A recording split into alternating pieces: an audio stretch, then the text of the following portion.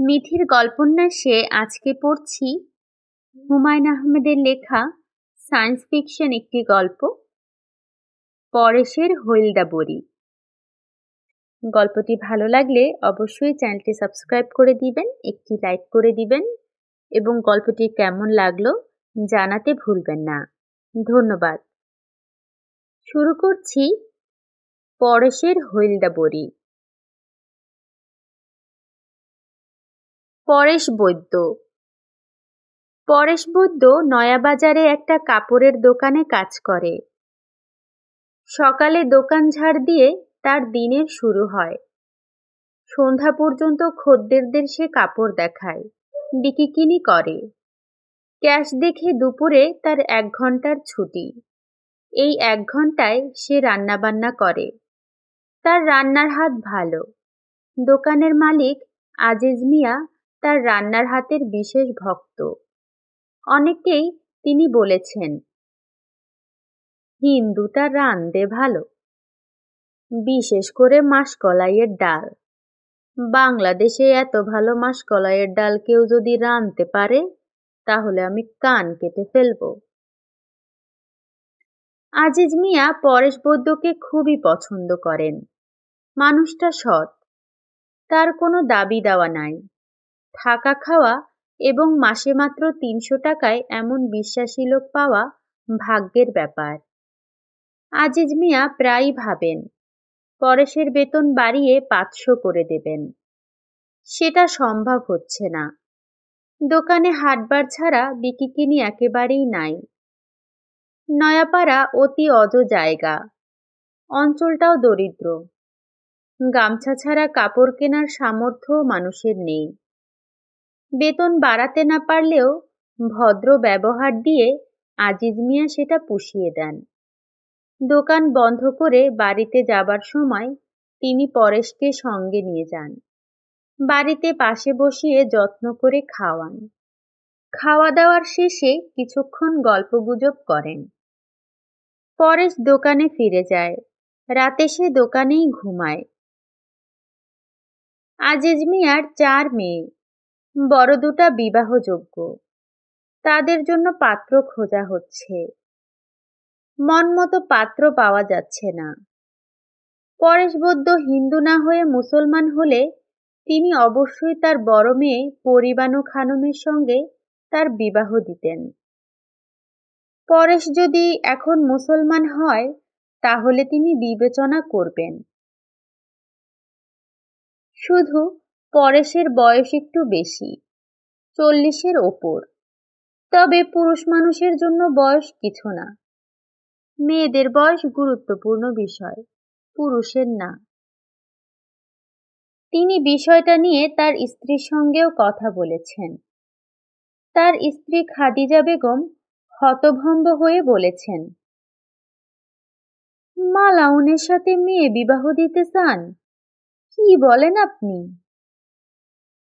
মুসলমান হবার পর বিবাহ করবে, ইসলাম ধর্মীয় মতে বিবাহ। কচ্ছপ খাওয়ানোর সাথে মেয়ের বিবাহ? সি, মুসলমান হওয়ার পরে তো আর কচ্ছপ খাবে না। এইসব আপনি ভুলে যান। কর্মচারীর সাথে মেয়ের বিবাহ? আল্লাহ মাফ করুক। ছেলের শিক্ষা নাই, দীক্ষা নাই, আপনার মেয়ে কলেজে ভর্তি হইছে। পরেশ বৈদ্যের লেখাপড়ায় সামান্য ঘাটতি আছে। সে ক্লাস 6-7 পর্যন্ত পড়েছে। তবে তার হাতের লেখা অত্যন্ত সুন্দর, মুক্তার মতো অক্ষর। তবে মুক্তাক্ষর কোনো পাত্রের গুণ হিসাবে বিবেচনা করা যায় না। এক আষাঢ় মাসের কথা। সারাদিন খটখটে রোদ গেছে। সন্ধ্যা নাগাদ আকাশ কালো মেঘে ঢেকে গেল। শুরু হলো প্রবল বর্ষণ। আজিজ মিয়া ঠিক করলেন আজ আর বাড়ি ফিরবেন না, দোকানেই রাতটা কাটিয়ে দেবেন। কাদা ভেঙে 2 মাইল হাঁটার অর্থ হয় না। তাছাড়া বাড়ির কাছাকাছি খালের মতো আছে।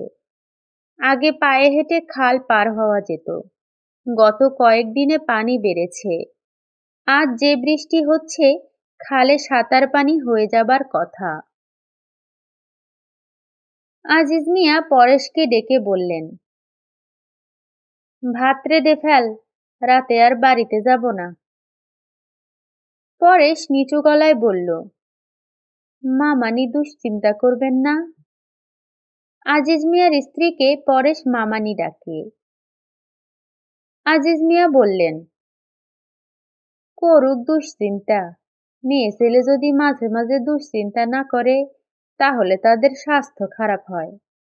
আল্লাহ পাক মেয়ে ছেলে পয়দা করেছেন দুশ্চিন্তা করার জন্য। রাতে খাবেন কি? মাংস খেতে মন চাচ্ছে, মাংস এখন পাবো কই? খিচুড়ি করো, সঙ্গে ডিম ভুনা। পাতলা খিচুড়ি করবে? আচ্ছা করব। খিচুড়ির মধ্যে 4 চামচের 2 চামচ ঘি দিয়ে দিও, ঘিয়ের সুঘ্রাণ ভালো লাগবে। ঘি আছে না? আছে। কাঁঠালের বিচি দিয়ে ঝাল মুরগির মাংস খেতে পারলে দিল খুশ হতো। ডিমও খারাপ না। আজিজ মিয়া রাতে খুব তৃপ্তি করে খেলেন। তিনি ঠিক করলেন বৃষ্টি বাদলার দিনে পরেশকে দিয়ে সবসময় পাতলা খিচুড়ি এবং ডিমের তরকারি করতে বলবেন। তার পান তামাকের অভ্যাস নেই, তারপরেও তিনি 2টা পান খেলেন। পরেশকে দিয়ে সিগারেট আনালেন। সিগারেট ধরিয়ে অতি আনন্দে টানতে লাগলেন। দোকানের গদিতে বিছানা করা ছিল। তিনি ঘুম ঘুম চোখে বিছানায় গেলেন। টিনের চালে বৃষ্টি পড়ছে, ঝুমঝুম শব্দ, আরামদায়ক ঠান্ডা হাওয়া। আজিজ মিয়ার মনে হলো তিনি জগতের অতি সুখী মানুষদের একজন। পরেশ বলল, মামা। আজিজ মিয়াকে সে মামা ডাকে। মামা, মাথা বানায় দেই? আজিজ মিয়া জড়ানো গলায় বললেন, লাগবে না, লাগবে না, তুমি ঘুমাও। পরেশ বলল, একটু চুল টেনে ঘুম পাড়ায় দেই, আরাম লাগবে। পরেশ চুলে বিলি কেটে দিচ্ছে। আজিজ মিয়ার এত আরাম লাগছে যে বলার না। আবার ঘুম পাচ্ছে প্রচণ্ড। তিনি চেষ্টা করছেন জেগে থাকতে। ঘুমিয়ে পড়লে এই আরামটা পাওয়া যাবে না। পরেশ, জি মামা। এরকম মাথা বানানো কোথায় শিখেছো? একমাত্র নাপিতরাই এত সুন্দর মাথা বানায়। তোমাদের বংশে কোনো নাপিত ছিল? না মামা। তোমার বেতন বাড়ানোর চেষ্টা নিব, বাড়ানো উচিত। রোজগার পাতি নাই বলে কিছু করতে পারতেছি না। দরকার নাই মামা। দরকার যে নাই তুমি তো বলবেই, কারণ তুমি অতি ভালো ছেলে। তুমি যদি কচ্ছপ খাওয়া ধর্মের না হতে অবশ্যই পরিবানুর সঙ্গে তোমার বিবাহ দিতাম। পরিবানুর চেহারা ছবি তো খারাপ না, কি বলো? তবে মিজাজ ভালো না, মায়ের মতো চড়া মিজাজ। মেয়ে ছেলের চড়া মিজাজ সংসারের জন্যে ভালো না। পরেশ জবাব দিচ্ছে না, এক মনে চুল টেনে যাচ্ছে। আজিজ মিয়া চিত হয়ে শুয়েছিলেন, এবার পাশ ফিরলেন। পাশ ফিরে আরাম আরো বাড়ল। পরেশ এখন ঘাড় মাসাজ করে দিচ্ছে। এই মাসাজে আরাম আরো বেশি হচ্ছে। আজিজ মিয়া চেষ্টা করছেন আরো কিছুক্ষণ জেগে থাকতে। ঘুমিয়ে পড়া মানে সব শেষ। পরেশ, মামা বলেন, চুপ করে থাকবা না, কথা বলো, গল্প গুজব করো। কি গল্প করব? যা ইচ্ছা করে। মাথা মেসেজ ছাড়া আর কি বিদ্যা তুমি জানো? বলতে থাকো শুনি। আমার ধারণা তুমি আরো অনেক কিছু জানো। জানো না? জানি মামা। বলো, এক একটা করে বলো। বাদ্যবাজনা জানো? না, বাদ্যবাজনা জানি না, তবে আমি সামনে পিছনে সব দেখতে পারি। এইটা কি বললা পরেশ? সামনে পিছনে তো সবেই দেখে। সামনে দেখি, আবার ঘাড় ঘুরাইয়া পিছনে তাকাইলে পিছনেও দেখি। আমারটা এই রকম না। কি রকম? ধরেন আজ থাইকা 1,00,000 বছর পরে পৃথিবীর কি অবস্থা এইগুলান দেখতে পারি। ভালো, খুব ভালো। একজন আমার একটা হইলদা বড়ি খাওয়াইছিল, তখন থেইকা দেখি। কি বড়ি? হইলদা বড়ি। আজিজ মিয়া পুরোপুরি তার মধ্যে চলে গেলেন। চেতনার অতি সামান্যই অবশিষ্ট আছে। পরেশের কথা শুনছেন, পুরোপুরি বুঝতে পারছেন না। নিজেও মাঝে মধ্যে কথা বলছেন। কি বলছেন সেই বিষয়েও তার ধারণা নেই। পরেশ বলল, আমি সবই দেখতে পাই। আজিজ মিয়া বললেন, সব দেখতে পাওয়াই ভালো, কিছু দেখা কিছু না দেখা ভালো না। আসমানে যে চন্দ্র আছে, সেই চন্দ্র কিন্তু মামা থাকবে না, পৃথিবীর উপরে আইসা পড়বে। পড়ুক, ধুম কইরা পড়ুক, চন্দ্র না থাকা ভালো। চন্দ্র আসমানে থাকলেই জ্যোৎস্না হয়, সেই জ্যোৎস্নায় অনেক পাপ কার্য হয়। আমি নিজেই এইরকম একটা পাপ কার্য করেছিলাম পাট খেতে। আসমানে চন্দ্র থাকা উচিত না, গ্রামে পাটের ক্ষেত থাকা উচিত না, বুঝেছো? বুঝেছি মামা। সূর্যের গতি কি হইব শুনবেন? বলো শুনি। সূর্য সবকিছু টান দিয়া নিজের উপরে ফেলব, আগুনের থাবা বাইর কইরা টান দিব, তারপরে ছোট হওয়া ধরব, বিন্দুর মতো ছোট হইব। কি বললা? বিন্দু? মামা, বিন্দু। আমার খালাতো এক বোন ছিল, বিন্দু নাম। বিবাহ হয়েছে, জামাই সৌদিতে কাজ করে, বিরাট পয়সা করেছে। জগতের যা কিছু আছে বুঝছেন মামা, সব একদিন অন্ধকার হইয়া যাইব। আসমানে কোনো তারা থাকব না, সব নিভা।